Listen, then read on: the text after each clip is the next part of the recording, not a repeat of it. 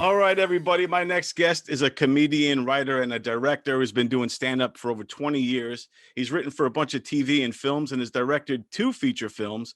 My man is a loser and a stand-up guy. He also just released his new comedy special called Who the F is Mike Young?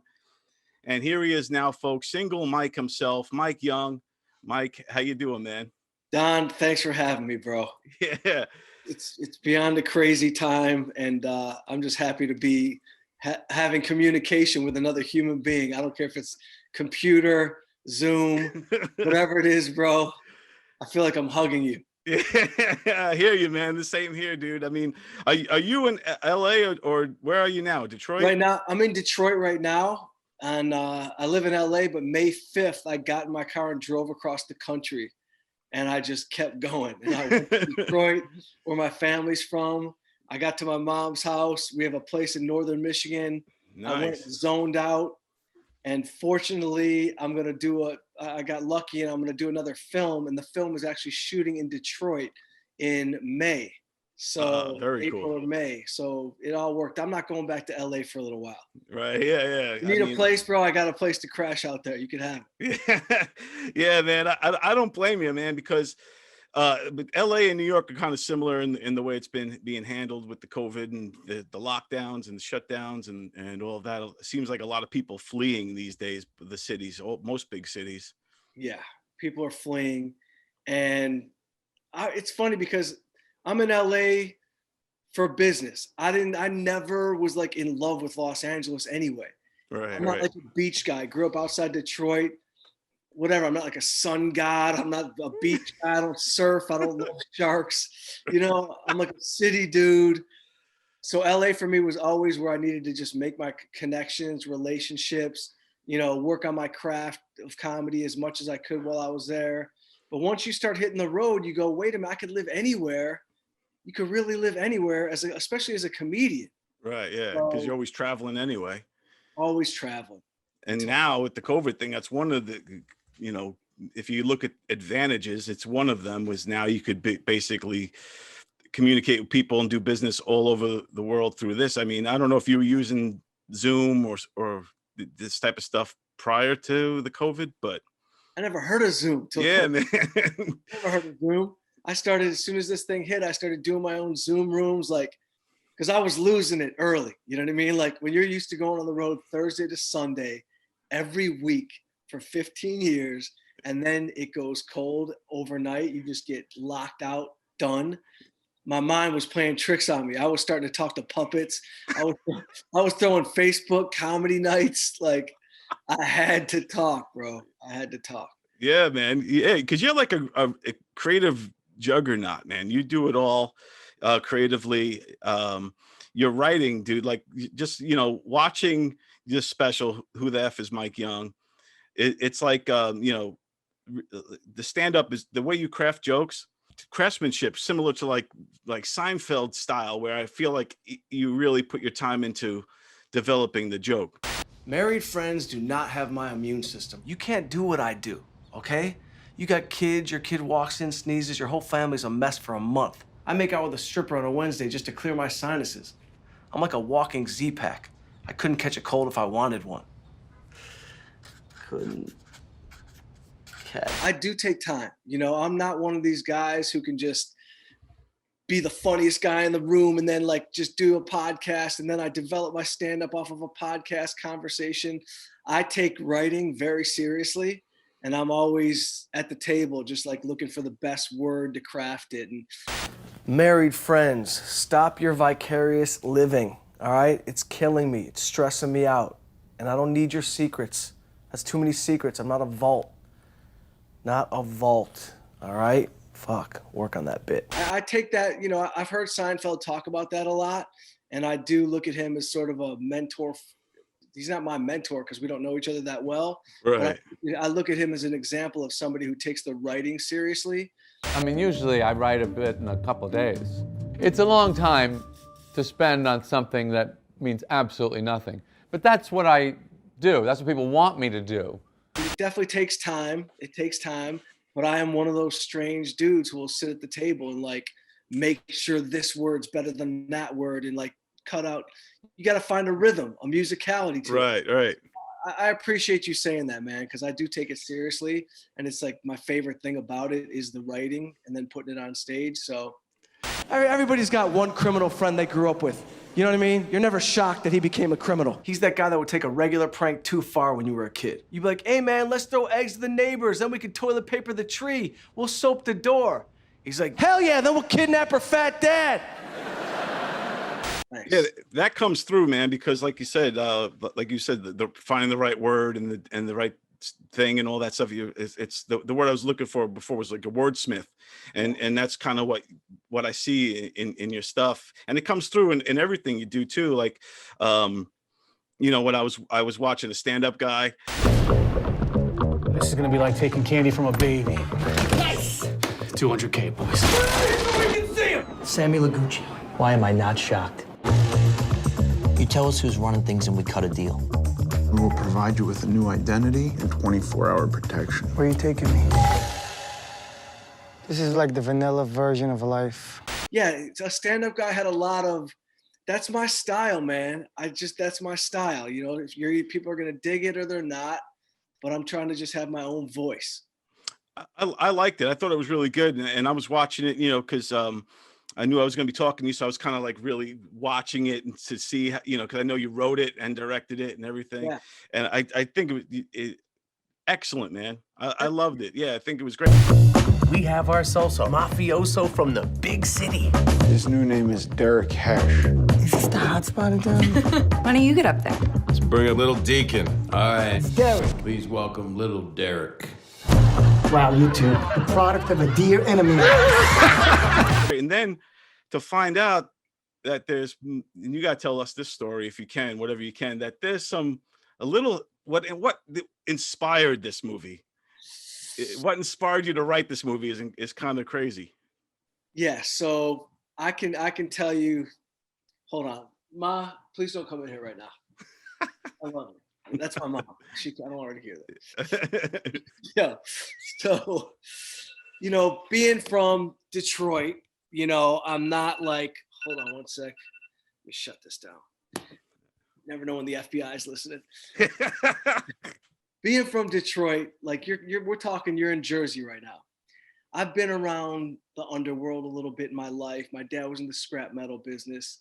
I know what it is, I know what that world looks like. I'm not a part of it. I'm in comedy. But what inspired that movie was an incident that happened to me years ago. I was in a comedy club and I got into an altercation with somebody in the audience after there was already a fight in the audience. We got into a heated exchange. He came at me. We went toe to toe. I got the best of him, not knowing anything other than my dumb Detroit brain said, this guy seems serious. You should hit him first. And I did. And it was a very bad mistake. And so it turned out that he was a connected guy and it went bad. And I ran out of that place after I had heard like what I had done. I hurt a guy that was a bad guy. To make a crazy long story short, about 5 days later, they sent their people to find me. They got me. They said, you're going to have a sit down. We're going to have a sit down. I basically was convinced that it was going to be a sit down. I knew people that knew him. I asked that they go speak to him up front and say, you know, I basically begged for my life. And not only did I do that, as a comedian, you know, the comedian brain never goes off. Right, yeah. I was sending gifts every day. I was sending gifts. I was sending flowers. Bro, I went to University of Arizona. I was sending U of A hoodies to his house, like just to give him some clothing. I was just saying, dude, I didn't know who you were. I'm so sorry. And basically, when they sat me down, I've told this story on Bert Kreischer's podcast one time, so I can definitely say it. It's out there. You know, it didn't go well. So what was supposed to be an apology in a public restaurant turned into a sit down, beat down in a private place that was closed. And they basically did what they had to do to me. And, you know, when it's all over, you know, it's weird even talking about it because it's a traumatic event. Yeah, man. Totally straight with you. It's like post-traumatic stress disorder is a very real thing. Yeah. And I've definitely suffered for a long time from it. And the only way I can get through my own stuff is through writing and performing, just writing.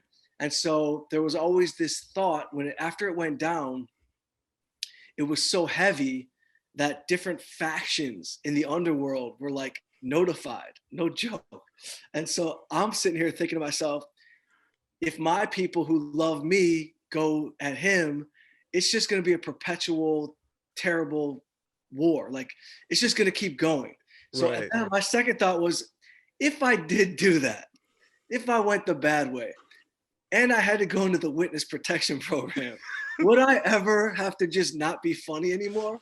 So that was an idea. That was a seed of an idea. And it just kind of kept going. It kept in my head, like, I just kept saying to myself, if I ever had to just disappear, what do you just turn your personality off? Or am I going to be doing local open mics? Right. And so that's where the idea for a stand-up guy came, was that, you know, unfortunately what happened to me was bad. I was put in the hospital. I got a lot of stitches, you know, organized crime divisions were showing up to my house. It kept going and going. I basically shut my mouth. I never said a word to any authority. I just shut up and let it go. I forgave him. He forgave me. It was even. I should never have done what I did. I shouldn't have hit him.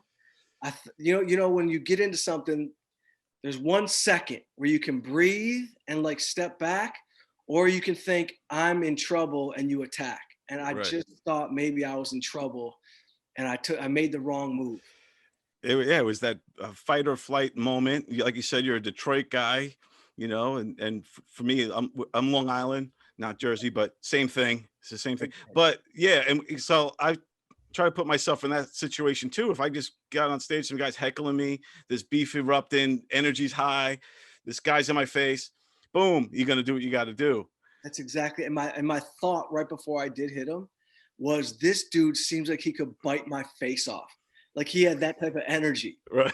And instead of letting him bite my nose off, I punched him. I boxed my whole life as a kid. I knew how to throw a punch. It went bad.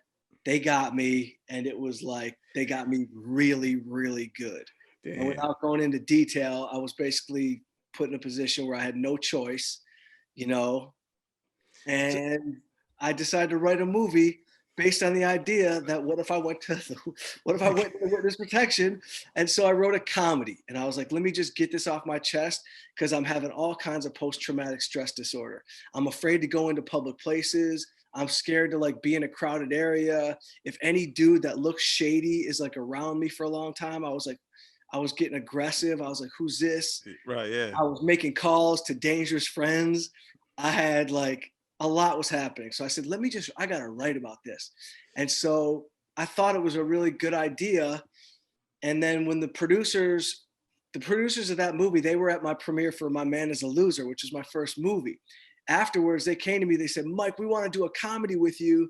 And we got an idea. And they had this idea that it didn't even resonate with me. I had a stand-up guy in my head. Right. When they said, we want you to do this other movie, I said, just hear me out. I said, I think I have the best idea for you.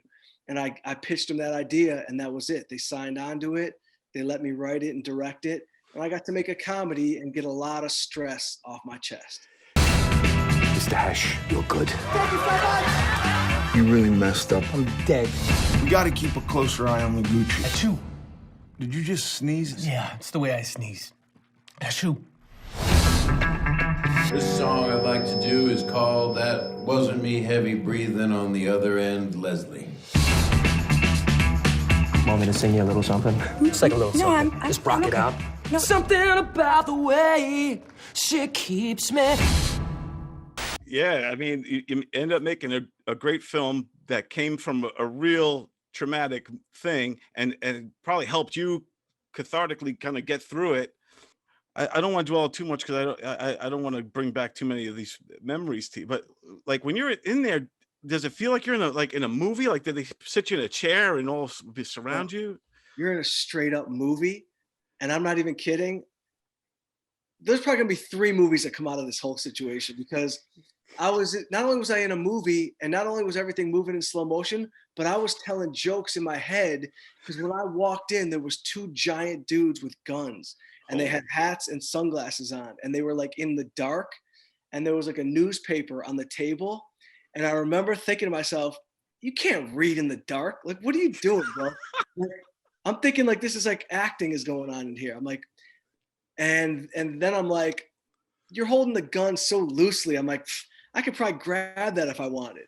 So you're like playing out you're so hyper aware because, you know, you don't know that the adrenaline is raising up. You don't know how the body and the mind work like that. Right. Yeah. My adrenaline was so up and my mind was so keen that I was really thinking about pulling off some superhero shit where I was gonna swoop the gun, get everybody in the room, and exit. Like that was where my head was at. Yeah. And you know, it is like a movie, and you just go into survival mode, especially when you get put in a place where you can't do anything or else you're done. Yeah. So they put me in a real compromising spot. And when they were done with me, I basically was like feeling my limbs. And I remember in my mind thinking like, I got them. I'm thinking they think they got me, but I'm not even hurt. That's what I'm thinking. Right. I'm numb, but you don't even know that like, I'm thinking in my mind, oh, I got him. I'm going to pretend that I'm hurt, but I'm feeling my limbs. I'm not shot. Nothing's broken. Of course, my whole face was broken and I had, 27 stitches and broken nose. And I was a disaster. And they did get me very badly. But at the time, I'm living in a movie in my head and I'm just in survival mode. And I'm just thinking, and then when it was over, you're still apologizing. Like I was still apologizing the whole time. Like when I walked in, I apologized because I saw him. I saw the person right away. So I was apologizing right when I saw him. Like, I didn't know who you were. I'm so sorry. And he's like, don't worry about it. Come over here. And then I go over there into the different area. And that's where like the gorillas were.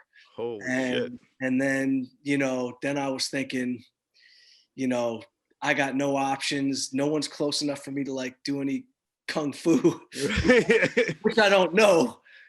And you just have to, bro, I just accepted it and I just took it and I never said a word about names or cities or anything like that. Yeah. I kept it as it's a scar on me for sure, but I've gotten through it. I saw a psychiatrist because my brother was like, yo, you're acting weird. You're like, you're different now. You're scared. You're like acting depressed all the time. You're not really up.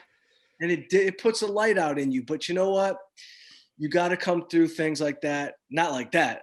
Probably, I'd say, 98% of the world does not ever have to go through that. But something that heavy, you got to figure out a way to get through it. So I got through it with a lot of support from my friends. I saw how many people love me, like were willing to go to war with me and like for me. Right. Yeah.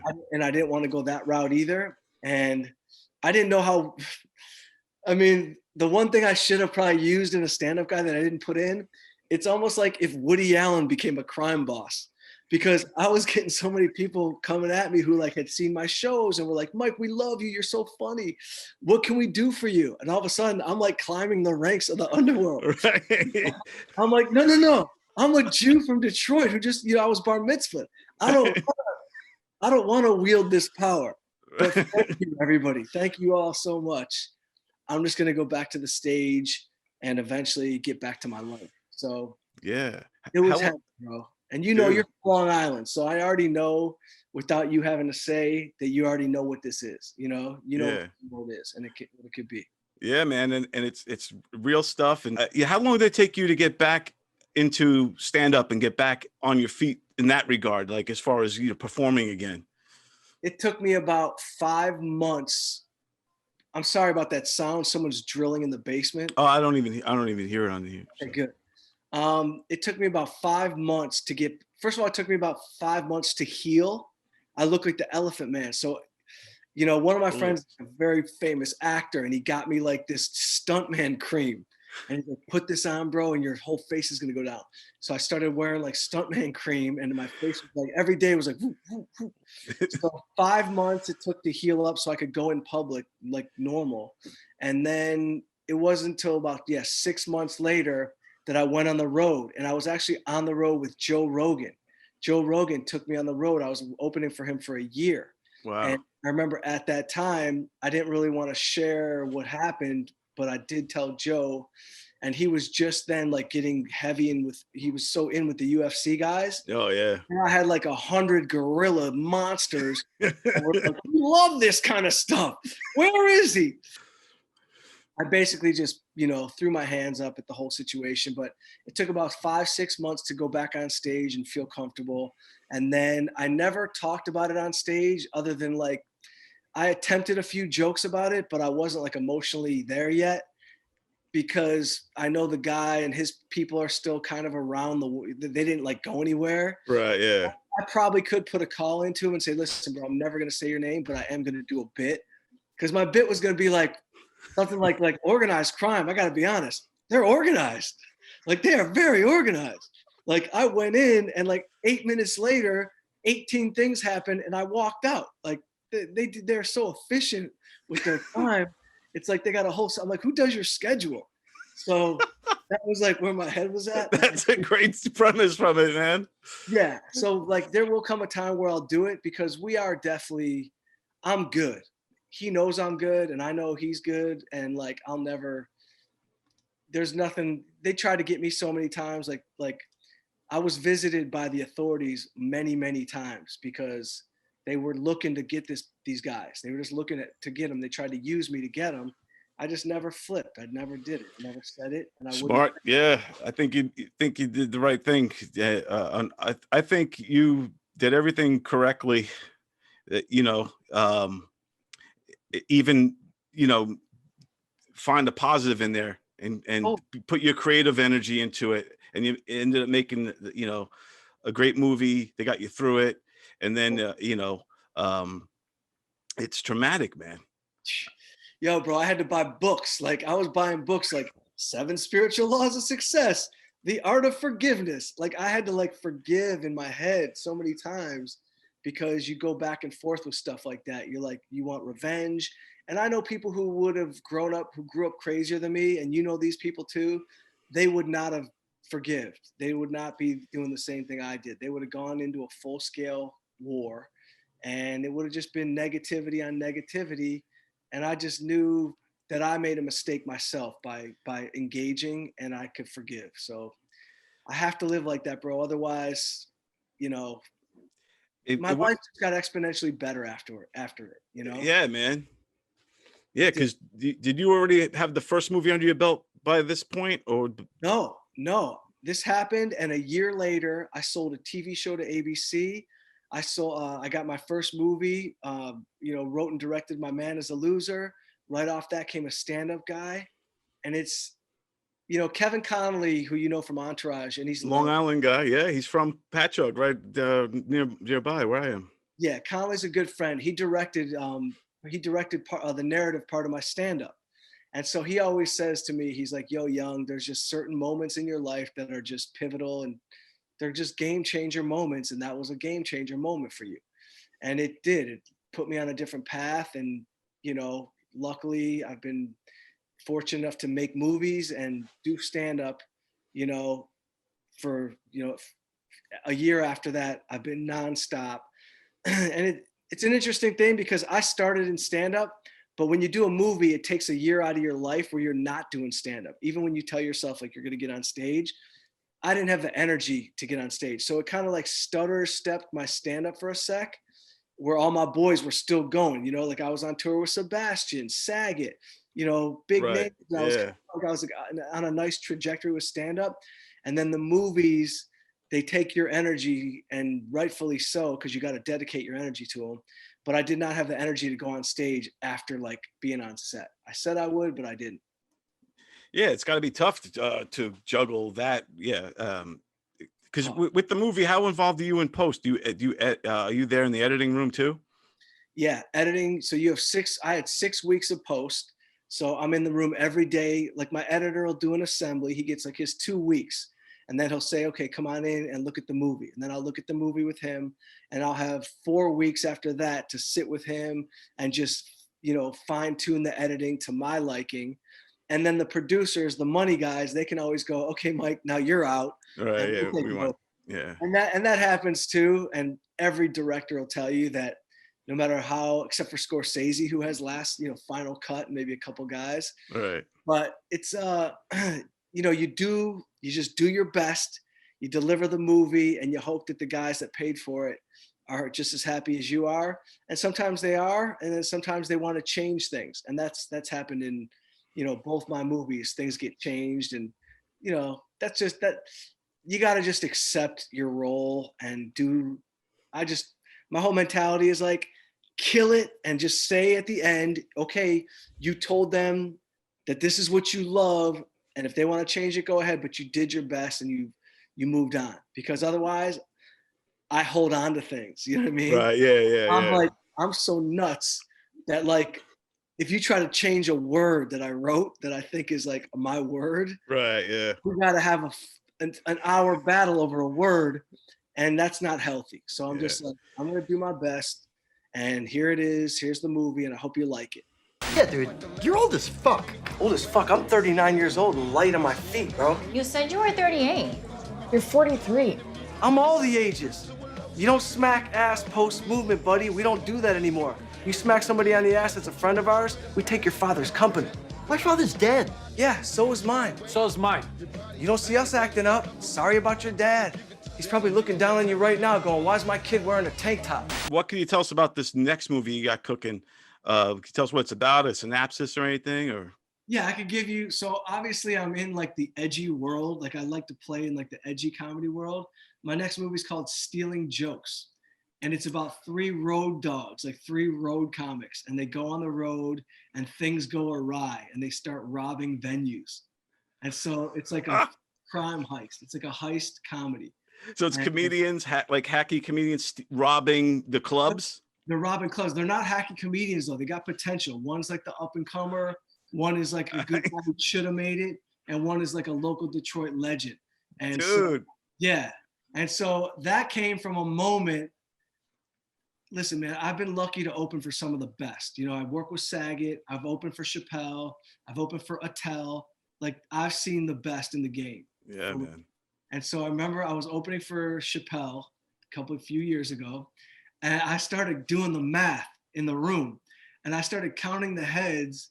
And my manager at the time was like, you want to open for Chappelle? They'll give you like $500. And I'm thinking in my mind, Chappelle's got to be getting $75,000. Like literally, easily.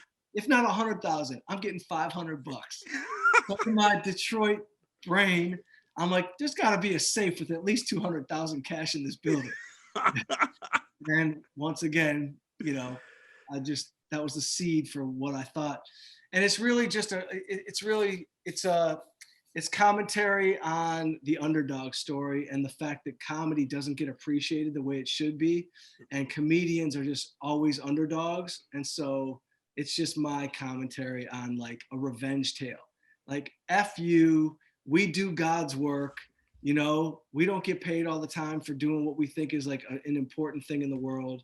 And now we're going to get our revenge. So that's kind of where that came from. Dude, I love the premise, man. And do you have anybody cast for this yet? I'm talking to some actors. I don't want to say that yet because no one's signed on the dotted line. Right. I'm talking to like 3 great comics who can also act, you know? So I want to pepper it with some cool cameos of like high level comedians where they just do interstitials where they kind of tell their story of being robbed by a comedy club owner. Oh yeah. Just kind of use it as like a oomph. But no one's cast yet, but we're in talks, as they say in the bit. We're in talks. No, that's cool. Do you have a title for it already as well? Or? Yeah, it's called Stealing Jokes. Stealing Jokes. This is great, dude. That could change, but like that's what it's called. Right. Yeah. I love that you're doing these films, especially that about the stand-ups, about the comedy world, the universe a little bit there. Yeah. I think that's friggin' awesome, man. Yeah, thank you. And I'll probably like after this one, I'll get out of that. I got a couple more, like, listen, by no means am I Woody Allen, all right? He's like, I love Woody Allen, but like, you'll see like 6 of his movies got stand-up comedy in it at some point, and everyone's like, write something different, or let me get this off my chest first, and then I'll go into like, I've gotten a couple other movies that are not in the stand-up world at all, so let me just get these off my chest first. Yeah, man. Yeah, I'm loving it. I'm a fan, and this one sounds great to me. I wish I was great in bed every time. I've accepted it. I'm amazingly average. I don't care, because every now and then I'll have an Olympic moment. I don't even know where it comes from. Every guy does the same shit. What did I eat today? I gotta start off every day with Crunch Berry and Advil. That was some kind of chemical reaction. Everyone's got to see your comedy special too. Who the F is Mike Young? It's great. It's because it is kind of like a blend of the stand-up, your typical kind of traditional stand-up special, but then it's got like a kind of a theme going on. It feels like Entourage kind of a vibe. You're trying to make a deal, and all that stuff. Thank you. Yeah, what inspired you to merge it? I don't think it's ever been done. You know, I always had this idea, like, could I do a bit and somehow show where the bit came from? Or just, that was like the thought, like, life gives you bits, right? So I thought I got enough material that's about real life. And I shot the stand-up at the Beacon Theater. I opened for Sebastian. Oh, and nice. so they were kind enough to give me my own footage. So they basically shot my special for off of his tail. Like, I tailed off Sebastian. And so I got the footage, and then I said, all this stuff came from real life. I'm gonna write a script, like a short, that's based on all these bits. And so when you see me doing a bit about criminal friends, you see in the narrative, I got the shady, the maintenance guy. Larry, you're the man. Well, shut your fucking mouth, all right? Enough with the names. There's nobody here, man. I'm in the rain, freezing. Are you fucking kidding me? They're all over the place. Google's got a drone dedicated to it. Right. So I wanted to just show, like, you know, life creates the bit, then we go back into life. Then you get the bit from life. So I kind of wanted to just weave in what I thought could be like an organic, you know, narrative story within my stand-up. Kudos to your writing, the hilarious stuff, and even the way it's shot, the vignettes, the Yeah, that was Kevin Connolly. He directed those parts. Oh, did he? Oh, yeah, that was good. Yeah. He knows what he's doing. He moves fast. He talks fast. It did feel like Entourage vibe. Maybe that's why, because he had his hands on it. That was good. Yeah, man. Thank you, man. I appreciate that, Don. It feels good. You know, you bust your ass to do something and you put it out. And that's the beauty of comedians. You know, we just, you know, it's the most gangster art form there is. When you fail hard. It's all you. Yeah, man. It's not easy, bro. You know, like I used to do stand up, but like a long time ago, and I had just wasn't doing good, kept bombing, and it just took it out of me. I mean, maybe I'll go up again one of these days, because hearing stories like this inspire me, man. At least you gave it a shot, bro. You know how many people are talking? I got friends that are still talking about getting up and doing 5 minutes. They've been talking about for 10 years. You know, it's the scariest thing in the world. So you got up, and if it's not for you, like the life, it's a life. It's a lifestyle, you know? Yes, indeed, man. Yes, sir. I appreciate you taking the time, Mike, man. Can you just tell the people where they could find you and find your movies and follow you and all that good stuff? Definitely. So you can find me at The Real Mike Young is my Instagram. And then you can find Who the F is Mike Young on All Things Comedy's YouTube channel. That's Bill Burr's network. Who the F is Mike Young? Just Google it, you find it. And then my movie, A Stand-Up Guy, and My Man is a Loser are both right now streaming on Amazon Prime. And I wrote a movie, I didn't direct it, but I wrote something called Adam with Aaron Paul, and that's also on Amazon Prime. So we'll just throw that in on the side. Cool, man. Yeah. Mike, much appreciated, my friend. Thanks again for everything. Keep on doing what you're doing, man. You rock. Appreciate you big time, Don. Thanks, bro. If the police come knocking, you don't know where I'm at. I'll talk to you later. You got it, man. Take care. Mike Young, everybody. I want to apologize to everybody. I'm horrified, and I'm sorry, and I'm embarrassed. I am so sad, and I am so angry. I do apologize to the vice president, again, for spreading misinformation about it. I made a mistake, I fucked up, and I'm sorry if I duped you as well. You know, I'm not perfect. I'm not going to sit up here and say that I am or claim to be in any way, shape, or form. Well, I was wrong, and I am sorry. Wanted to come on here and publicly say that I am so sorry, for everything. I just get bored in the house, and I'm in the house bored.